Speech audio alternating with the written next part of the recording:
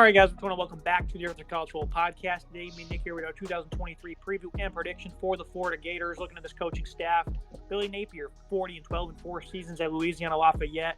He was a highly desirable coach. Finally left the Raging Cajuns for the Gators' 6-7 debut season. Rob Sale, he will begin his second stint with Napier as the offensive coordinator. Last season, of course, he followed him over. Sean Spencer, Austin Armstrong are going to split the defensive coordinator roles. Spencer spent some time with the Penn State Nittany Lions and the New York Giants, and then Austin Armstrong, he arrives from Southern Miss. The Gators' biggest headline year, they'll only return 10 starters, as fans should expect another building year. Looking at the Gator offense, Nick, it was an interesting unit a season ago. Anthony Richardson obviously did a lot for his draft stock. It was also highly impactful for this offense. They're ranked 24th nationally running the football, just north of 200 yards per game. Insert Graham Mertz and Jack Miller. Mertz, he comes over from Wisconsin, seemed to be in a bad scheme fit in a very ancient system for the Badgers. Showcased ability to stretch the field vertically, though, ability to make some reads off play action. It only seemed to be a distributor, though. We ripped it very well versus lesser competition. Accuracy, consistency, decision-making. These things have all been big topics, I think, for Mertz when he was at Wisconsin. He does have some arm talent, though. Biggest question for me is how will a better scheme, some more confidence and better rhythm allow him to progress? He has a statue in the pocket, so he's not the really greatest of scheme fit here, Nick. So I don't know how this offense is going to have that same impact last year as they had AR's legs, who were highly effective with those. Maybe some more RPOs here from this Gator offense is kind of what I'm sensing. Yeah, I think it's an interesting fit here. I don't really know if this is the best scheme fit. Graham Mertz, of course, there is some talent there, but at Wisconsin, it's just a tough offense to kind of work in as a quarterback. It really isn't going to be a quarterback favor offense. I think Jack Miller is also a talented quarterback here. I think that he could potentially fight and win this starting role. I don't know if Graham Mertz is really the best fit. Like you said, I think this team does have a great backfield, which will certainly help Mertz out. I think this is a solid offense in terms of weapons. But I think Mertz is just the wrong guy to be kind of leading this offense. He seems to be more of a stopgap to try to find a more permanent solution at under center. He'll be out battle with Jack Miller. He's a guy with some antsy feet, likes to move around a good bit, shows good mobility outside of the pocket, showcased some good timing on the boundary in that bowl game against Oregon State when he got the nod. Both are 6'3", and then Miller's 5 pounds lighter at 211, so I think maybe he might potentially be the one that they insert as the starter. Good news for Florida, though, is they have one of the nation's best backfields. Montreal Johnson, he was a Sun Belt Player of the Year, freshman of the year, that is, 2 years ago with Billy Napier. He came over last year and showcased his physical running style. He can rip off long runs, some good backside vision, very patient runner. This is going to be a guy I think continues to develop in the tough SEC. He's one of the better backs in the country. CTN, great burst and long speed. Looks just like his brother there in those short areas. Showcased some good vision toward the boundary. He ran very well behind Osiris Torrance on the inside. He's no longer going to be there, so that's going to be something to monitor. They also picked up Cam Carroll from Tulane, a good rotational piece that was productive and limited touches for the Green Wave. 19 touchdowns, 1,600 yards over 3 years. He has great ball security as well, 6', 225. I love this backfield the Gators have, Nick. It's probably going to be the top-ranked one in the SEC. If not, it's going to be there definitely in the top 3. There's some serious talent in this backfield. Remember last year, I was very high on Montreal Johnson coming over from Louisiana Lafayette. I thought he was a perfect fit for the offense. I thought he was going to be the breakout player of the year in the SEC. Didn't quite live up to those expectations, but had a great year nonetheless. 841 yards on the ground, 10 scores for him. I really like what he can do. Can also catch the ball. He had 12 receptions last year and a receiving touchdown. I think Trevor Etienne, just like his brother, very talented player. I like the speed he has. 719 yards on the ground for him, plus 6 scores. And they grab a piece in Carroll from Tulane that's a very underrated piece. Didn't have a lot of touches out in New Orleans, but he's a very talented player. It's got a lot of high upside. I think this is a solid 3-headed monster here. You can really kind of balance it out and run with any of these guys, honestly. I think this is a great backfield that Florida has here. In the unit they'll be running behind, I think it potentially may be better than it was last season. They had high expectations coming into 2022, and I'd say for the most part they delivered. Austin Barber, he's going to be the biggest returner here at left tackle. Spent time at both tackle spots last year. Will be a full-time left tackle this upcoming season. He was effective in both facets of the game. Only 1 sack allowed. 6'6", 312, like the size he possesses. Kingsley Ukawan at center. He's a third year now as a starter. He's been a respectable pass blocker. Really struggled the back half of the season, though. He also had 14 penalties. That was the 5th most in FBS. But now with some experience, this is certainly a guy that I think will continue to rise. Alongside Richie Leonard at guard. Primed for a larger role after being a respectable reserve over the last 2 years. Relatively clean player. And I think some of the additions they made in the portal, I think maybe Miami would be the only team that did better than them this offseason at upgrading the offensive line. They picked up Michael Muzaka from Baylor at guard, a high-level run blocker that comes from a similar style of offense, a powerful lower body, strong grip when landing his punch, 6'5", 331. Keontae Goodwin, a former 5-star from Kentucky, Only 5 snaps under his belt. Didn't exactly pan out there, but he has good explosiveness, moves well for his size. Really good finisher. Some nice raw talent for Rob Sale to work with at 6'8", 351. They also picked up another guy who was a lot of size, 6'6", 333. And Damian George spent 2+ years at Alabama. Some good size and strength from him. I also like freshman Chija Harris, 6'3", 335. Some good fit for this power run scheme. He arrives from IMG. And I think Jalen Farmer, another guy, Nick, more size, 6'5", 334. He was sought after. And he didn't really participate this much in the spring. And then a late addition here, another 300-pounder, Lindale Hudson from FIU. So there's a lot of options here for this Gator offensive line. And I said the same thing when we talked about Arkansas. Where are they finding these guys? I think the same can be said for Florida because this is some massive size up front. Certainly some talent and a lot of size there. I think Goodwin and Leonard on that right side is a fantastic duo. I think Leonard at right guard, prime for a huge breakout here at right guard. Very talented player, Richie Leonard. I like Goodwin as well, coming over from Kentucky. Didn't quite work out for the former 5-star, but I think he's a talented piece at right tackle there. I think they got a solid offensive line here with a lot of potential pieces they could plug in. I think, Farmer, a very highly sought after player when he was going through his high school recruiting process, didn't play a whole lot. Redshirt freshman there, Jalen Farmer. I like him a whole lot. He's got some serious potential. Plus some of the freshmen they picked up in Harris. True freshman could potentially play this year at left guard. Play Slight in there, potentially at left tackle. They want to swing him out there if Austin Barber potentially is not the player they want to use at left tackle. I think this is a deep offensive line with a lot of talent, a lot of size. These guys are huge, and it really works for a team like Florida that likes to run the ball. Had a really good season on the ground last year, and it really was kind of up to the offensive line originally. You don't get 200 yards per game on the ground with a bad offensive line. This is a good unit that knows how to block and create holes for the running backs. Now, looking at the biggest concern with this offense, right behind quarterback, is who's going to be throwing it to him. Who they're going to be throwing to, rather. Ricky Pearsall comes back.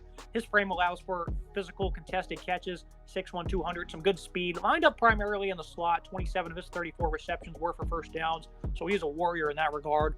Middle of the field option was typically open off-play action, some strong hands of only one drop. But the concern comes after that. They lost the next 4 pass catchers after Ricky. It's going to lead to some of these freshmen and younger players having to get involved immediately. Freshmen, Aiden Mazzell and Eugene Watson, these guys are both 180 pounds and 165 respectively. They both have elite speed, though. Wilson, he's probably going to be used more creatively and underneath as he polishes his route running. Andy Jean, he was a grain breaker in high school with some good speed and stride, like his power as well. And then Marcus Burke, 6'4", he has some good catch radius, limited snaps in 2 years. Everyone outside of Burke I just named, and Pearsall, of course, are newcomers to this roster. I think they're going to have to get involved immediately, Nick. This is going to be a tough year for this passing attack because you don't really know what you got at quarterback, and we're not exactly high on what they have. So they're really going to have to rely on this running game. But the passing attack, it can't waver. 77th last year was respectable, but if it falls anymore, it's going to be hard to win football games on Saturday. I agree. It's going to be tough to keep up with teams in the SEC if you don't really have that talent at wide receiver. I think Ricky Pearsall is not a bad wide receiver, right? 600 yards receiving last year, 20 yards per catch, and 5 scores. But he should be really your number 2, number 3 guy, not your number 1 guy. He's your highest returning production, really your only returning production. Caleb Douglas is the only returner that, in terms of, has any meaningful production. He had 10 catches for 175 yards, 17.5 yards per catch, plus the 2 scores for him. Outside of that, you're going to be relying on true freshmen and redshirt freshmen who really need to step up. Andy Jean, Eugene Wilson, these are the kind of guys that have to step up and make a huge appearance early on. They lost a lot of talent, and it wasn't really a great wide receiving core in the first place last season. They lose that talent. This is going to be a tough ask for this offense. It's certainly going to be more of a ground and pound offense. They're going to be relying heavy on running the ball this year. Yeah, that's the biggest thing that needs to improve is a better vertical presence from the passing game. I'm going to give the unit grade a B. Maybe that's a little too high, but I love the backfield, love the offensive line. And some of those freshmen I just named at wide receiver, I think they can certainly get involved if utilized properly. Graham Mertz, very interested to see how he does this year. I think Jack Miller, his ability to be mobile, I think that might be a hidden asset that this offense might find. So I'm going to go with a B. Is that a little too high? I think it's a little too high. I'd probably going closer to the C+C range. I think there is some talent here, but I just think that they really kind of rely too heavily on running the ball here. And I really got to see what these freshmen could do at wide receiver before I make a comment. I think the quarterback play is going to be a struggle this year for Florida. Looking at the Gator defense, this is a unit that saw 14 players transfer out. They added 6 of them this past offseason. Only returned 4 starters. They lose their top 5 tacklers. They were 118th nationally in 10-plus yard rushing plays allowed. So that dominance in the trenches on one side of the ball did not carry over to the other side. And look at the defensive line, Desmond Watson. This is a massive player, 6'5", 415. I think he has lost a little bit of weight. He excels at clogging gaps, good wrap-up tackler. His stamina has certainly progressed and will continue to get better, and that's incredibly crucial at that size. Chris McClellan, 6'5", 305. Pretty impressed with his physical development, still a very raw player. Caleb Blanks from Louisville, he's added plenty of weight over the past 2 seasons, up to about 6'7", 318. Cameron Jackson, 280, 6'5". He was an impactful run defender for Memphis, so I think that's going to be a big-time addition for them. They added 3 4-star defensive linemen that are ranked inside the top 200: Kirby Collins, Carmon James, Will Norman. This is a pretty respectable unit up front, Nick. I don't know if it's going to lead to immediate improvements when defending the run, but just like we talked about with the offensive line, this defensive line is going to be following the same steps of building size, physicality, and depth. Certainly, they are building a physical unit down there in Gainesville. Kelby Collins, TJ Searcy, Carmon James, these are all very talented freshmen that are coming in, highly recruited players. Cam Jackson's a solid pickup in the portal playing at nose tackle. Caleb Banks, I like what he can do. I think he's got some good size coming over from Louisville. I think he's a solid piece to add to this defensive line. Overall, I think this unit's going to get better. I think this is a solid unit that's got a ton of production potential. A lot of these guys, are inexperienced, but they have a lot of chance here to kind of break out. And I like this front seven. I think Desmond Watson's another good piece there. There is some talent here for sure. And looking at the top edge rusher coming back, Princely Umanaminelan. He's a good run stopper, very effective pass rusher with some good anticipation and length. Love his hand quickness, a really good motor, matched with a great spin move at 6'5", 245. He's expected to be one of the nation's top pass rushers this upcoming season. He was certainly a hidden gem for most part of last year for the Gators. And you're going to want to talk about the rest of this front seven. Trejada Mitchell, he's coming over from Ohio State, a former team captain, plays with speed and energy, can really lay the boom. 4 years with the Buckeyes, that's certainly going to be an enhanced leadership role for him now as he comes over to Gainesville. Shamar James, the 7th-ranked linebacker in the class of 2022. Some good athletic stature, good pursuit and closing speed, some good fluid movements. They're going to need to blitz the inside linebackers a lot this year, Nick, because even though Princely's a really good player, the rest of the pass rushing unit definitely remains questionable, and I think you're going to have to unleash some of the speed here. I like Princely a lot. I think he's a really talented piece. 9.5 tackles for loss, 4.5 sacks last year, 2 forced fumbles, 39 total tackles overall. But he can't do it alone. You make a good point. I think they're going to have to send the linebackers in after the quarterback. I like Shamir James, a really talented piece, 47 total tackles last year, 2 tackles for loss, 2 sacks for him. I think he's a solid piece to have. I think some of these linebackers are not bad. Certainly has some size and some talent here. But they're going to have to send him after the quarterback because I think their front seven's going to struggle to get after the quarterback early on. I think they have some talent. They're going to have to just find a way to get through those offensive lines and make those quarterbacks feel some pressure. They also added Manny Noonery from Houston. He was mainly a special teams player, 6'2", 225. He was pretty good in coverage once he was on the field. Played some good reps last year for them. They also have Derek Wingo, Scooby Williams. They played sparingly last year. This unit at linebacker is going to need physicality and some speed when rushing the passer. Deuce Spurlock from Michigan as well. So I don't think depth is the worst. But they're definitely going to have to unleash some of that speed there to get after the passer. Looking at the secondary, Kamari Wilson, free safety. This is a guy they ended up flipping from Georgia. Proved to be a great tackler for them. Plenty of ups and downs and during his freshman year, though. Contact hungry. He loves being physical. Takes good angles. Has blitzing skills that can be used. 6', 209. This is a player that you're going to pair up with R.J. Moulton coming over from Michigan. Good communicator. Good at diagnosing the run. He's a fluid, quick player in his drops. Good range and trigger when coming downhill. Certainly lacks ball production, but 6', 223. They got some nice size at safety, Nick, and the skills they have sound like typical Florida DBs, especially Kamari Wilson. I think these guys are going to have to be assets, and again, trying to find some pass rush. I like Wilson a lot. This is a big pickup for Billy Napier to flip him from Georgia. This guy kind of had Bulldog written all over him, but he comes down to Gainesville, had a pretty good season as a true freshman last year. Kind of wasn't expecting much to see out of him as a true freshman. 39 total tackles, 1.5 tackles for a loss, plus a forced fumble. I think he's a talented piece. I like the size in him a lot. I think there's so much potential there at 6', 209. I like R.J. Moulton as well. I think he's a solid piece. Those are 2 safeties they got to work with. And Jason Marshall at corner, this is a guy with a strong finish to 2021. He was expected to be that next great Gator defensive back. Didn't exactly take that leap this past fall, but he has a strong core. He drives wide receivers to the sidelines with some good instincts and anticipation. A physical player. His feet certainly need some work. They're going to match him up, though, with Jalen Kember. He battled with health last year, a former Georgia transfer. Jaden Hill. He may occupy the slot after an inconsistent year following an ACL tear, so they're going to be interested to see what he can do now that he's back to full power. Devin Moore showcased some good promise as a run stopper and a tackler. He also only allowed 7 receptions on 167 snaps.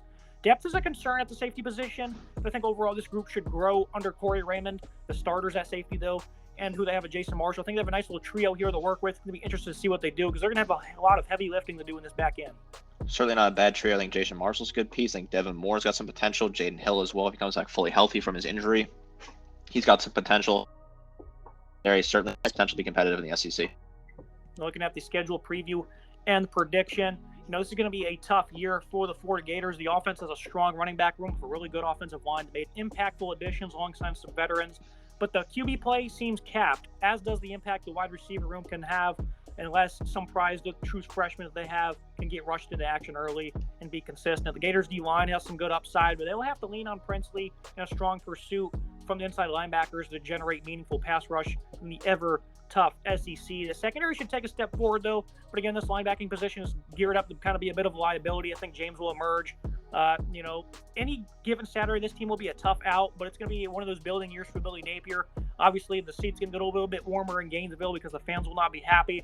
Most people that understand college football understand the task in front of the Gators, and that's going to be a 5-7, 6-win potential season.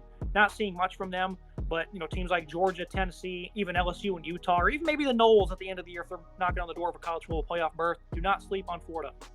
This is definitely a tough year for Florida. Of course, these Florida Gator fans, they expect to be kind of contending immediately. I think this is a longer rebuild than some people expect in Gainesville. I think Billy Napier was the right man for the job. I think they have to have some patience here. I don't think year 2 is going to go quite as they expect.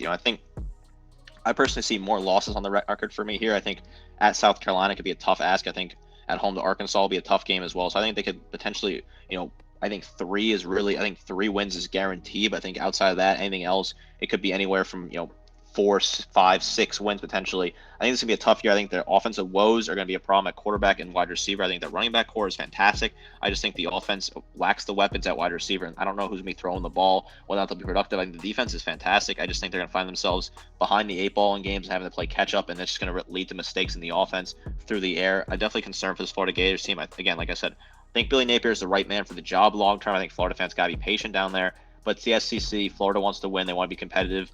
This was a team that won the East just a few years ago. I know divisions are going away, but they won the East in 2020 during the COVID year. So certainly they want to be competitive and at that level again soon. Yeah, my prediction last year was 6-6 for the Gators. It was spot on. I think most of the things we said about Florida last year were spot on. So I feel like we got a pretty good read on this football team. It'll be interesting to see what happens this year. It'll be fun to watch them be competitive, though, to shake things up in this conference. That's going to be it for today's episode. As always, Nick, I appreciate you joining me. Absolutely. I love talking about SEC teams. If you guys like, comment, subscribe. See you next time.